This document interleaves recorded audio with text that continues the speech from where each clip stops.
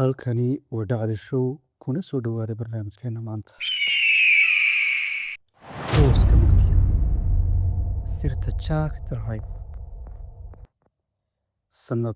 sanadku waa 1888 habeen qabow dareeriya cidla ah qof qarsoon ayaa dhex socda mugdiga magaalada London nalal yaryar wadooyin cabsi leh iyo shakhsi xiran dhar madow socod gaabinaya muuqaal argagax leh qofna ma yaqaan magaciisa qofna ma arko wejigiisa laakiin qof waliba wuxuu ka baqayaa hal magac Jack the Ripper waqtigaas London waxay ahayd magaalo aad u weyn oo kala qaybsan dad taajiriina oo ku nool nolol raaxa leh iyo kuwo saboola oo ku nool nolol aad u hooseysa sida xaafadaha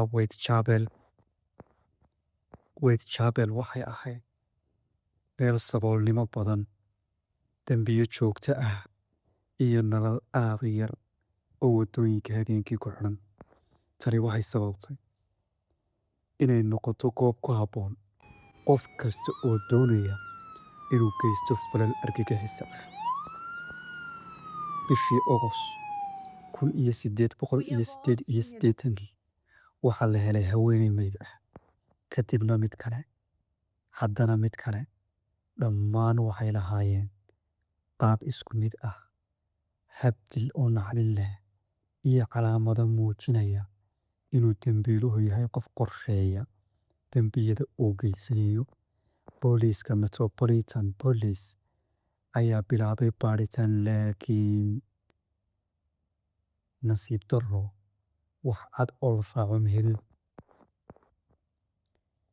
inta dilalku socdeen warbaahintu waxay heshay warqado mid ka mid ah waxaa ku saxeexnaa Jack the Ripper magacan ayaa noqday mid caan ka ah dunida oo dhan laakiin su-aasha ugu weyneed waxay ahayd warqadaha ma isagaa qoray mise qof kale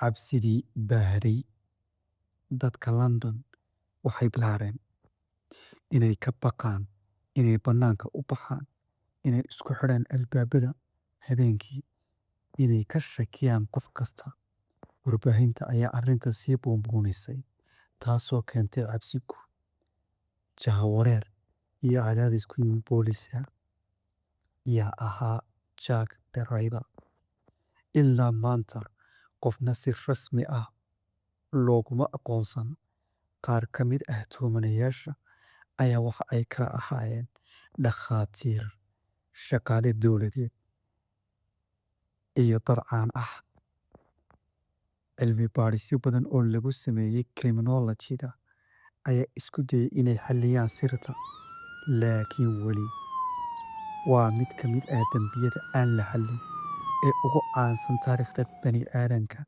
ee loo yaqaano cold cases casharada laga bartay qisadani waxay ina tusaysaa sida dembigu u saameeyo bulshada sida warbaahintu u kordhin karto cabsi iyo sida ay muhiimka u tahay amniga iyo baaritaan sax ah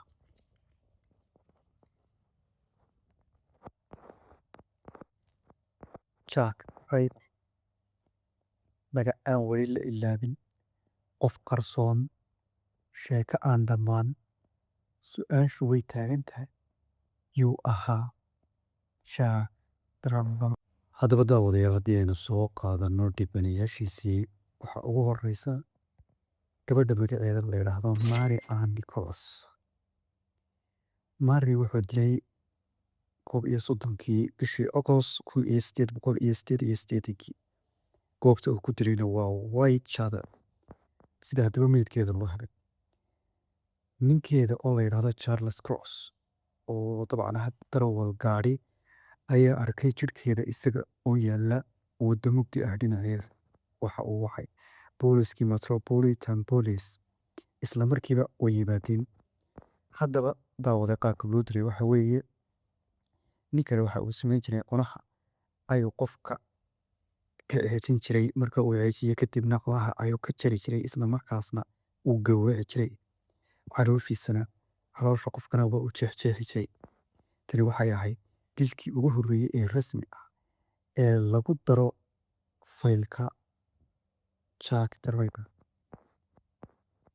Dhibanaha labaad waxay ahayd Anya Chapman 8 Sebtembar 1888 ayuu iyadana ku dilay isla Whitechapel. Sidii haddaba iyadana loo helo haweeney ay daris yihiin ayaa maqashay dhawaaqyo. Subaxdii ayaa meydka laga helay bannaanka gurigeeda. Qaabkii iyadana loo dilay waa la ceejiyey, kadibna cunaha ama qoorta ayaa laga bireeyey, caloosheedana waa la furfuray oo waa la qalay. Qaar ka mid ah xubnaha gudaha ayaa laga baxay. Tani waxay muujisay in dambiyuhu leeyahay xirfad ama aqoon jidheed isla markaasna uu soo maray dhakhtar caafimaad. Elizabeth Strand 30 bishii Sebtembar 1888 ayaa iyadana la dilay. Halka meydkeeda laga helayna waa isla xaafadda Whitechapel.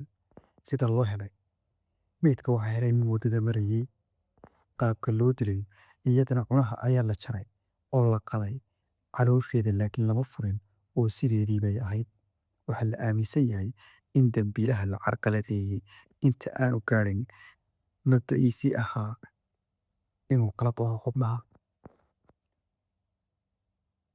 Catherine Eddowes goorta iyadana la dilay waxay ahayd isla 30 Sebtembar 1888 meel u dhow Whitechapel. Iyadana waxaa loo helay booliiska ayaa meydkeeda helay habeenkii meel fagaare ah. Qaabka loo dilay qoorta ayaa laga jaray, caloosha ayaa saxan loo jeexjeexay, wejiga ayaa dhaawac culus la gaarsiiyey. Tani waxay muujisay in dambiiluhu sii noqday mid aad u sii naxariis daran. Maria Jane Kelly 9 Noofembar 1888